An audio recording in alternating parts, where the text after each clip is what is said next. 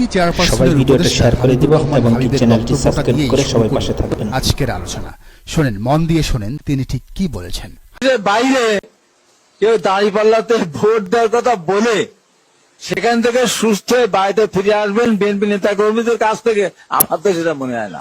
হাবিবুর রহমান বলেন, ধানের শীষের বাইরে কেউ দাঁড়িপাল্লাতে ভোট দেওয়ার কথা বলে সেখান থেকে সুস্থ হয়ে বাড়িতে ফিরে আসবেন বিএনপি নেতাকর্মীদের কাছ থেকে, আমার সেটা মনে হয় না।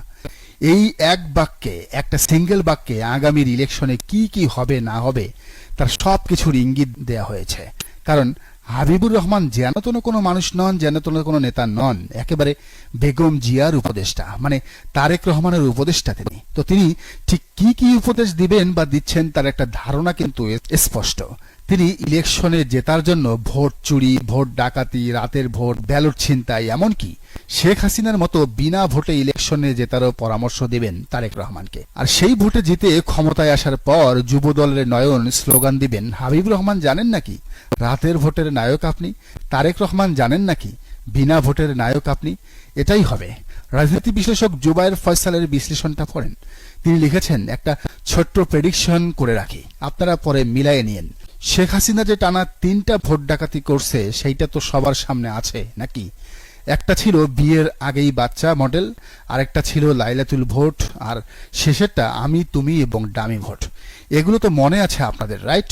বিলিভ ইট অর নট, বাংলাদেশে নেক্সট যে জাতীয় সংসদ নির্বাচন হবে সেইটা হাসিনার ওই 3টা ভোট ডাকাতি একেবারে ভুলিয়ে দেবে মানুষকে।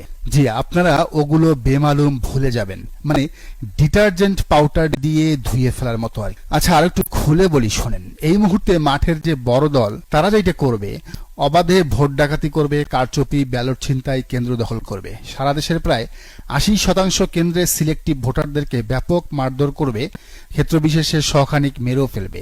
এরপর ভোটের দিন সকাল থেকে সন্ধ্যা পর্যন্ত যে নষ্টামিটা করবে তা হলো তারা দলের কেন্দ্রীয় কার্যালয়ে হঠাৎ জেগে উঠবে সন্ধ্যার একটু পরে, মানে রাত 9টা-10টার পর। শুরু হবে ভুরুঙ্গামারী ডিগ্রি কলেজ সহসভাপতিদের বহিষ্কার নাটক।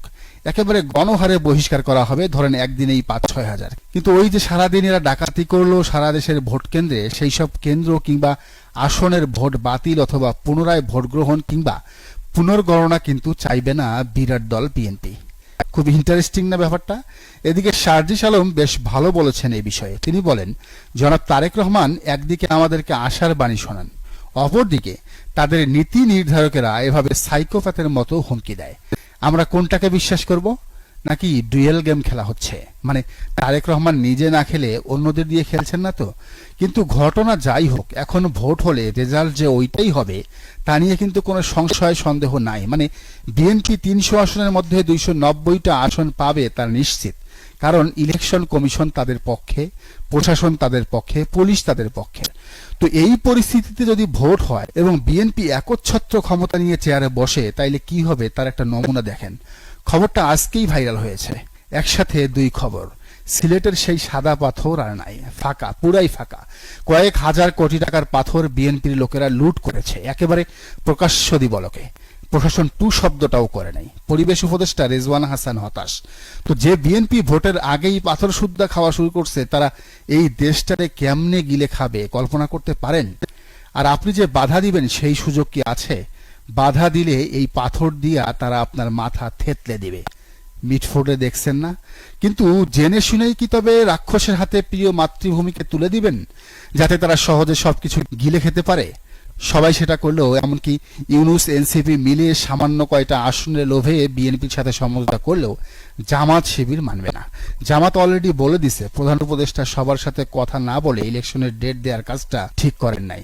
এবার তারা ঘোষণা দিয়েছে পিআর পদ্ধতিতে ভোট না দিলে বৃহত্তর আন্দোলন গড়ে তোলা হবে। কারণ এই এক পিআর সিস্টেমই পারে দেশটাকে সঠিক পথে পরিচালনা করতে। এই সিস্টেম চালু হলে বিএনপির হাতে একক ক্ষমতা থাকবে না, ফলে তারা শেখ হাসিনার মতো স্বৈরাচার হয়ে উঠতে পারবে না। আর হাবিবুর রহমানদের ভোট ডাকাতির পরিকল্পনাও বাস্তবায়ন সম্ভব হবে না যদি পিআর পদ্ধতিতে ভোট হয়।